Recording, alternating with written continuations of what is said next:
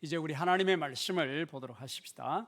이 시간 하나님께서 우리에게 주시는 말씀은 신약 성경 누가복음 12장 13절에서 21절까지의 말씀입니다. 신약 성경 115쪽입니다. 누가복음 12장 13절에서 21절까지의 말씀을 우리 첫 절과 마지막 절 다 같이 합독하시고 나머지 절 좌우로 나누어 윤독하도록 합니다. 13절 같이 읽읍시다. 무리 중에 한 사람이 이르되 선생님 내 형을 명하여 유산을 나와 나누게 하소서 하니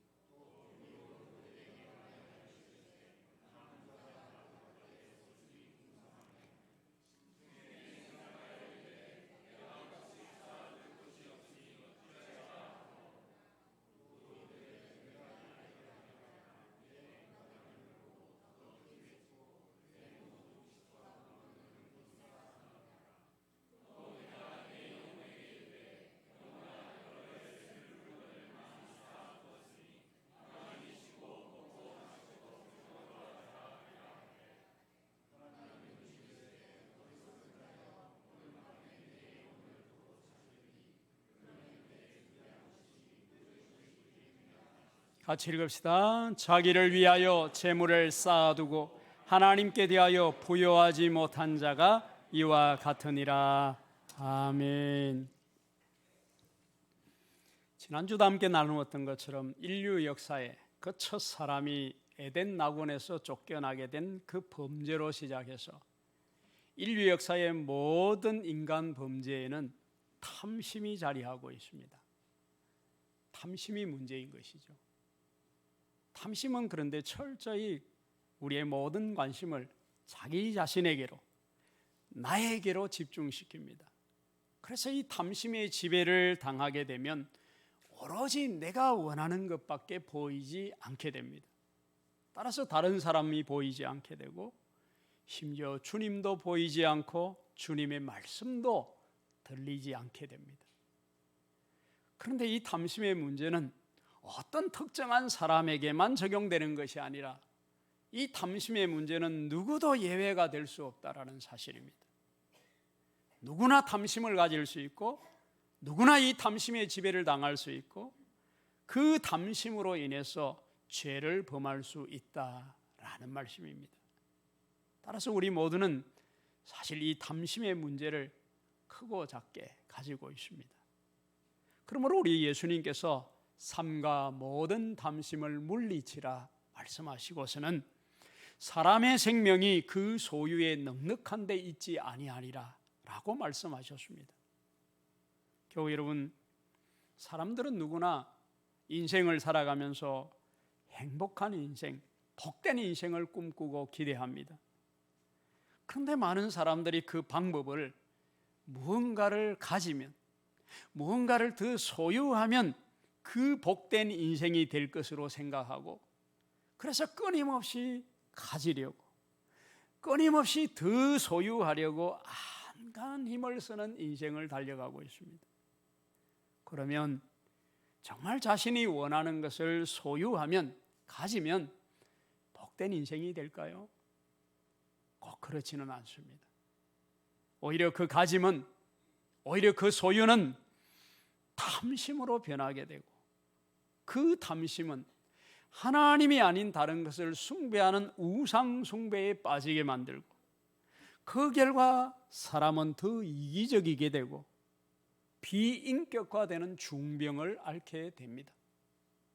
따라서 세상은 더욱 물질주의가 되어가고 그래서 물질이 하나님이 되고 신이 되고 더욱 탐심이 지배하는 세상, 사람을 타락시키는 세상이 되어가고 있는 것입니다. 그런데 이 세상에 있는 교회 역시도 이 탐심의 노예가 되어가고 있는 지경에 이른 것이 오늘의 현실이요 모습입니다. 그러므로 우리 예수님의 이 말씀처럼 모든 탐심을 물리쳐야 할 뿐만 아니라 이 탐심의 문제가 무엇인지를 우리는 정확하게 알아야 합니다. 그리하여 이 탐심으로부터 어떻게 해방할 수 있으며, 그래서 어떻게 진정 우리 주님께서 원하시는 복된 그 삶을 살아갈 수 있는지를 우리가 깨달아야 하는 것입니다. 그리해야만 우리가 이 세상에서 그리스도인으로서, 주님의 제자로서, 하나님 나라의 참된 백성으로서 제대로 살아갈 수 있기 때문입니다. 예수님은 왜 이 소유에 대한 탐심이 복된 인생으로 이끌지 못하고 오히려 파국으로 이어지는지를 비유를 통해서 우리에게 말씀해 주셨습니다. 이른바 어리석은 부자의 비유인 것입니다. 여러분, 농경사회에서는 역시 기본적으로 사람이 밭이나 논을 많이 가진 사람이 부자입니다. 오늘 이 예수님의 비유 속에 나오는 부자에게 밭이 있었습니다. 그런데 그 밭에 소출이 풍성했다고 말합니다. 그러자 그 추수한 곡식을 쌓아둘 창고가 모자랄 정도였다라고 설명을 덧붙입니다. 그래서 이 부자가 하는 말들을 여러분 자세히 한번 살펴보십시오. 17절, 18절, 19절 이 세 절의 말씀이 이 나오는 부자의 말에서 가장 많이 반복되는 단어가 여러분 무엇인지 한번 살펴보십시오. 바로 이 나라고 하는 단어입니다. 내가, 내 곡간, 내 모든 곡식과 물건, 내가, 내 영혼에게. 말하는 그 마디마디마다 나라라고 하는, 내가라고 하는 이 단어가 반복해서 강조되어 있습니다. 이것은 이 부자가 얼마나 철저하게 자기중심적인 삶을 살아가고 있었는지를 예수님이 이 비유의 이야기를 들으면서 어쩌면 의도적으로 그렇게 한 것이라고도 할 수 있을 것입니다. 그런데 사실 여러분, 우리 사람은 모두 자기를 위해서 살고 있지 않습니까? 평상시는 잘 모르지만 여러분, 어떤 위경에, 위험한 지경에 빠졌을 때에 사람을 보십시오. 먼저 살려고 하는 것이 인간의 본능입니다. 그런데 단지 자기를 위하는 것이 아니라 문제는 자기만 위하는 것, 즉 자기 자신만을 위한 삶이 바로 문제인 것입니다. 바로 이 부자가 오로지 자기만을 위해서 살았다라는 말씀이죠. 언제나 나, 내 것, 내 재산에 관심사인 거죠. 그렇게 자기중심적인 이기적인 삶을 살게 되면 필연적으로 탐심의 늪에 빠지게 되어 있고 탐심의 지배를 받게 되는 것입니다. 자신은 자기가 자신의 삶을 다스리고 지배한다고 생각하겠지만 실제로는 탐심이 그 사람을 지배하게 되어 있는 것입니다. 달리 표현하면 자기가 돈을 쓰고 자기가 돈을 지배하는 것 같지만 돈이 그 사람을 지배하고 있는 것입니다. 돈의 노예가 되어 있는 것이죠. 이렇게 탐심의 지배를 받으면 치유되기 어려울 정도의 병적인 이기심에 빠지게 되고 마는 것입니다. 탐심의 또 다른 문제는 뭐냐면 이웃과의 관계를 단절시키는 것입니다. 이 부자에게서 이웃을 생각하거나 이웃 사랑을 하는 그런 모습은 어디에도 보이지 않고 찾아보기가 어렵습니다. 오로지 자기 자신만을 위한 것이고 자신만이 더 많이 갖는 것에 최고의 관심이 이 부자에게 있습니다. 한마디로 나밖에 없는 사람이다, 그런 말씀이죠. 그런데 여러분 한번 생각해 보십시오. 이 부자가 그의 많은 소출을 얻기까지는 얼마나 많은 사람의 도움과 그리고 참여, 그 흘린 땀이 필요했겠습니까? 많은 사람이 땀을 흘렸고 수고를 했을 것입니다. 더 나아가 무엇보다도 하나님께서 때에 맞게 그 해에 햇빛을 주시고 적절한 때 비를 내려주셨기 때문에 그 많은 소출을 거둘 수 있게 되었던 것입니다. 그런데도 이 부자는 자신의 그 많은 소출이, 그 성공이 온전히 자신만의 것이라고 생각하고 있습니다. 자기가 잘나서 그렇게 된 것이라고 생각하는 것이죠. 그러니까 나만 잘 살면 그만인 것으로 그의 삶의 태도가 나타나는 것입니다. 그러니 이웃이 어떻게 되든, 이웃이 굶든 이웃이 병들든지 내 알 바가 아닌 것입니다. 잠언서 30장 15절 말씀을 보면 거머리에게 두 딸이 있다라고 그랬습니다. 근데 이 두 딸이 다오만 한다라고 그렇게 말하고 있습니다. 혹시 여러분 거머리라는 존재를 여러분 아십니까?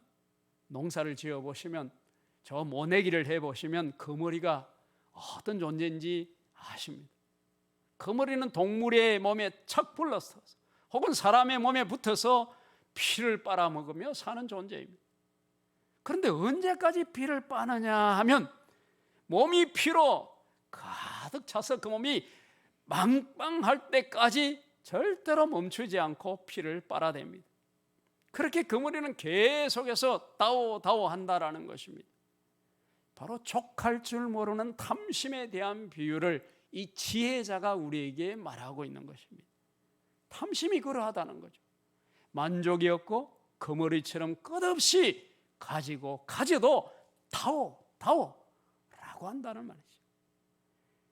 여러분, 이런 탐심의 지배를 받고 있는 사람에게 이웃을 기대할 수 있을까요? 어렵습니다. 이웃에게 나누고 이웃의 어려움과 굶주림을 돌보는 그 사랑을 기대할 수는 없는 것입니다. 탐심에는 이웃이 없습니다. 만족이 없기에 이웃도 없고 이웃 사랑도 찾아보기 어렵다는 말씀입니다. 탐심은 이웃을 향한 문을 꽁꽁 닫게 만드는 것입니다. 그래서 탐심이 무서운 죄악이다라는 말씀인 거죠. 그런데 여러분, 오늘 이 비유를 통해서 예수님께서 더욱 우리에게 말씀하시고자 하는 바는 탐심의 가장 큰 문제입니다. 하나님과의 관계를 단절시킨다라는 말씀이죠. 성경이 우리에게 누누이 강조하는 것은 하나님이 우리의 주인이시다라고 하는 이 진리입니다.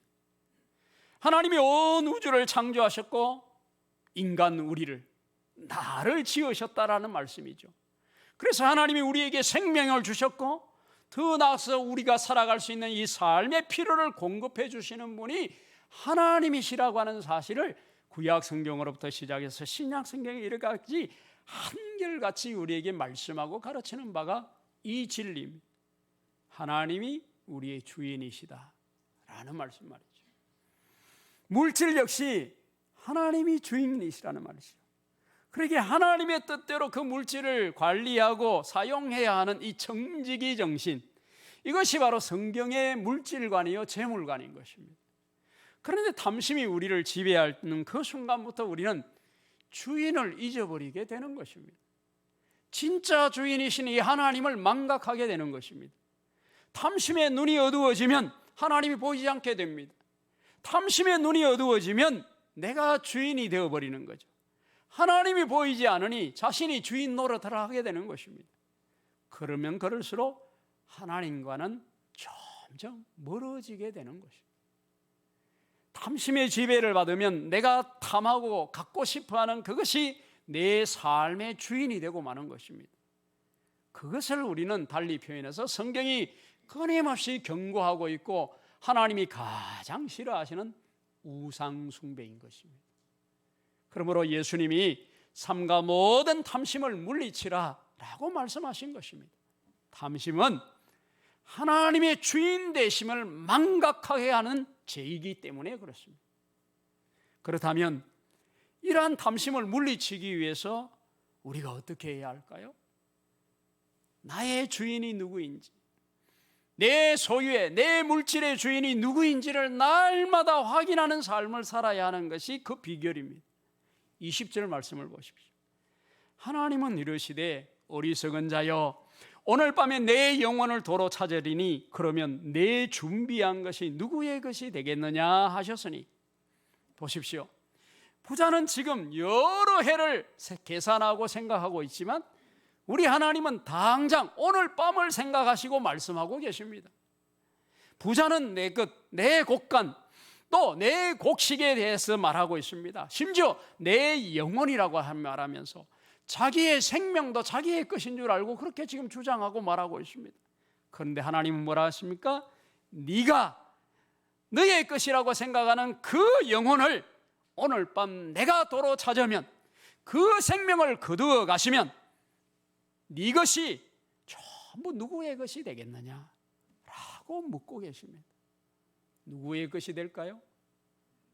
누구의 것이 되든 그건 알 바 아니지만 그 모든 것은 그 사람의 것이 되지 못한다라는 거죠. 나의 생명이 나의 것이 아닌 것처럼 내 모든 소유 역시 나의 것이 아닌 것입니다. 내 모든 것의 주인은 하나님이시다. 이 사실을 우리가 날마다 기억하는 것입니다. 그런데 하나님이 나의 생명과 내 모든 것의 주인이심을 기억할 수 있는 가장 좋은 방법이 뭐냐? 그건 규칙적인 예배와 헌금 생활인 것입니다. 날마다 시간을 정하여서 찬양과 말씀과 기도로 하나님의 이 주권, 하나님의 주인 되심을 인정하는 삶이 우리에게 반복되어야 합니다. 특별히 일주일에 한 번 이 주일 예배를 통해서 우리가 함께 예배하면서 온 세상의 주인이시며 내 삶의 왕이신 그 하나님의 주인 되신 주권과 통치를 우리가 찬양하며 거기에 순종하고자 하는 이 결단의 삶이 이 예배 가운데 반복되어야 하는 것입니다. 또 우리가 이 교회에서 11조를 포함해서 각종 헌금 생활을 하는 가장 궁극적인 이유는 내가 가진 이 모든 소유가 하나님의 것임을 확인하는 믿음의 고백이기 때문인 것입니다. 그러고 보면 여러분, 이 예배와 헌금 생활은 우리가 탐심에 빠지지 않도록 하는 일종의 하나님께서 우리에게 제공하신 안전장치인 것입니다. 성경에는 하나님께 드리는 11조 외에도 이웃사랑의 11조가 있습니다. 달리 말하면 구제의 11조, 섬김과 나눔의 11조를 성경이 말하고 있습니다. 이런 하나님께서 나에게 주신 재물도 이웃사랑을 실천하라는 그것으로 하나님께서 우리에게 허락해 주셨음을 교훈하는 것입니다. 오로지 나만을 위해서 사용하지 말고 하나님의 것을 하나님께 드리고, 그리고 어려운 이들을 돕고 살리는 그 일에 너희 재물을 쓰라라고 하는 하나님의 교훈의 말씀인 것이죠. 이러한 물질관, 이런 물질의 사용에 있어서 우선순위가 있는 사람은 탐심으로부터 안전할 수 있다는 거죠. 탐심이 찾아와도 물리칠 수 있고 탐심이 나를 지배하지 못하게 한다는 거죠. 결론적으로 하나님께 대하여 부유한 자가 되어야 한다라는 말씀입니다. 21절 말씀을 보십시오. 자기를 위하여 재물을 쌓아두고 하나님께 대하여 부유하지 못한 자가 이와 같으니라. 아무리 재물을 많이 쌓아두어도 하나님께 대하여 부유함이 없는 자는 만족이 없고 참된 복이 될 수 없다라는 말씀입니다. 우리 인간에게는 오로지 하나님만이 채울 수 있는 공간이 있다라고 신학자가 말했습니다. 그 공간은 하나님과 인격적인 관계를 맺을 때만 채워지는 것입니다. 그 공간은 하나님과의 친밀한 관계를 가꿀 때만 채워지는 것입니다. 그것이 바로 하나님께 대하여 부유한 것입니다. 하나님께 대하여 부유한 사람은 재물의 소유와 상관없이 만족할 수 있고 그 인생이 복될 수 있는 것입니다. 다시 17절에서 19절 말씀을 보십시다. 이 부자가 내가 내 곡간, 내 모든 곡식과 물건, 내가 내 영혼에게 모두 몇 번입니까? 6번이나 내라고 말하고 있습니다. 그런데 여러분, 우리말의 특징 아시죠?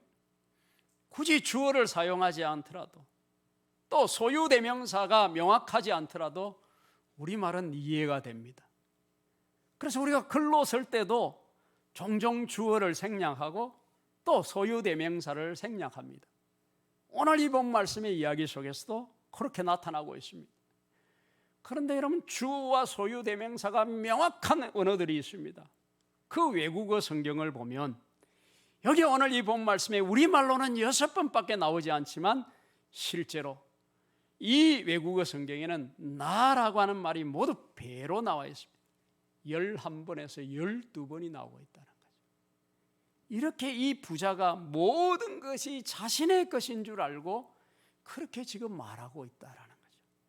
그런데 하나님이 아니라고 말하고 있는 거죠. 20절 말씀을 보십시오. 도로 찾으리니, 도로 찾는다라고 하는 말이 있습니다. 이 말의 원뜻은 은행의 예금을 찾듯이 주인이 빌려준 것을 되찾는다라고 하는 뜻이 도로 찾는다, 이 말이에요. 여러분, 은행에 예금을 하잖아요. 그 은행에 들어있는 예금은, 그 예금의 주인은 누구입니까? 예금한 여러분의 것입니다. 그래서 예금을 찾을 때는 여러분이 그 주인이라고 하는 증명만 되면 언제든지 그 예금한 돈을 주인인 내가 찾을 수 있습니다. 그렇죠? 바로 그 의미가 여기 도로 찾는다라고 하는 뜻이죠. 이 부자에게 허락한 그 많은 소유물, 그 많은 재물, 그건 부자의 것이 아니라 하나님이 그에게 잠시 맡겨두었던 것이에요. 그러니 주인께서 그걸 다시 도로 찾는다라는 말이죠. 부자가 내 것, 내 재물, 내 소유, 내 영혼이라고 말하며 재물과 영혼의 주인이 마치 자신인 것처럼 말하고 있지만 실상은 그 영혼은 물론이거니와 그가 가진 모든 소유물, 부자 자신의 것이 아니라 하나님의 것이라고 이 20절 말씀이 말하고 있는 것입니다. 그런데 여러분, 성경에는 놀랍게도 나, 내라고 하는 이 말을 똑같이 사용하면서도 신실한 믿음, 하나님께 대하여 부유한 자의 삶의 길을 걸었던 믿음의 사람들이 있습니다. 그 대표적인 사람이 바로 다윗입니다. 다윗의 고백을 한번 들어볼까요? 여호와는 나의 목자시니 내게 부족함이 없으리로다. 그가 나를 푸른 풀밭에 누이시니 쉴만한 물가로 인도하시는도다. 내 영혼을 소생시키시고 자기 이름을 위하여 의의 길로 인도하시는도다. 내가 사망의 음침한 골짜기로 다닐지라도 해를 두려워하지 않을 것은 주께서 나와 함께 하심이라. 주의 지팡이와 막대기가 나를 안위하시나이다. 주께서 내 원수의 목전에서 내게 상을 차려주시리고 기름을 내 머리에 부으셨으니 내 잔이 넘치나이다. 내 평생의 선하심과 인자하심이 반드시 나를 따르리니 내가 여호와의 집에 영원히 살리로다. 여러분, 이 시편 23편에도 다윗이 나, 내라고 하는 이 말이 모두 14번이나 사용하고 있습니다. 다윗도 이 부자만큼이나, 아니 그보다 더 많이 나라는 말을 사용하고 있지만, 그러나 다윗은 철저하게 그 인생의 삶의 주관자가 하나님이심을 지금 고백하고 있습니다. 하나님께서 내 인생의 주관자이시니 부족함이 없고, 하나님이 내 인생의 주인이 되시니 푸른 초장 쉴만한 물가를 경험케 하시고, 하나님께서 내 인생을 주관하시니 내가 의의 길로 가게 되었고, 하나님께서 내 인생을 주관하시니 죽음의 그림자가 드리운 순간에도 그분과의 동행의 기쁨을 맛보게 하시고, 주님께서 내 인생의 주관자가 되시니 원수가 넘보지 못했고, 주님께서 내 인생의 주관자가 되시니 인생의 잔이 넘치는 것을 경험했노라고 그가 고백하고 있는 것입니다. 그리고 그 하나님의 인도하심을 알기에 여호와의 집에 영원히 살겠노라고 그가 결단하고 있습니다. 그래서 여러분, 믿음의 사람 이 다윗은 3000년이 지난 지금에도 예수님의 위대한 조상이요 위대한 신앙의 위인으로 우리 앞에 우뚝 서 있는 것입니다. 교회 여러분, 그런데 많은 사람이, 많은 우리 신앙인들이 여호와는 나의 목자이신 것은 알겠는데, 그런데 주님 라고 하면서 계속 이 탐심에 이끌려 살고 있는 것이 아닌가 싶습니다. 하지만 진실로 하나님과 올바른 이 관계를 맺는 사람, 그래서 예수님 안에 있고 예수님과 살고 예수님 안에 있는 하나님께 대하여 부요함을 알고 있는 이 사람은 여호와는 나의 목자시니 내게 부족함이 없으리라는 이 다윗의 고백이 실제로 그 삶 가운데서도 와닿아 있는 것입니다. 다윗처럼 여호와는 나의 목자시니 내게 부족함이 없으리로다 이렇게 고백할 수 있는 이 사람이 진정한 부유한 사람이요 하나님께 대하여 부유한 사람인 줄 믿습니다. 지난번 언젠가 말씀드렸지만 우리가 예수 그리스도 안에 나타난 하나님의 사랑을 깊이 묵상하고 그 사랑 안에 있을 길을 구할 때에 우리에게 정말 필요한 것이 무엇인지를 바로 보혜사 성령님께서 알려주십니다. 우리에게 정말 필요한 것이 여러분 무엇일까요? 인생을 살아가는 우리들에게 꼭 필요한 것이 여러분 무엇일까요? 그건 바로 예수님인 것입니다. 우리에게 필요한 것은 예수님입니다. 예수님을 더욱 아는 것이고 예수님과 함께하는 것이고 예수님 안에 사는 것이고 예수님을 더욱 닮아가는 것인 줄 믿습니다. 나의 생명이야 나의 모든 것이신 예수님을 소유하는 것, 그 예수님 안에 있고 예수님을 소유한 사람이기에 우리는 능히 그 탐심을 물리칠 수 있고 하나님께 대하여 부요한 자가 되어서 그 사랑으로 인하여 그 서로 사랑하며 아름답고 복된 인생을 살아갈 수 있다라는 그런 말씀이죠. 이것을 능히 가능하도록 우리를 도우시는 분이 계시는데 바로 오순절에 임하신 보혜사 성령인 것입니다. 그러므로 교우 여러분, 보혜사 성령님과 동행함으로 하나님께 대하여 부요한 자가 되고 삶과 모든 탐심을 물리치는 이 복되고도 아름다운 삶을 살아가는 저와 여러분, 우리 땅끝 모든 교우들이 되시기를 주의 이름으로 축복합니다.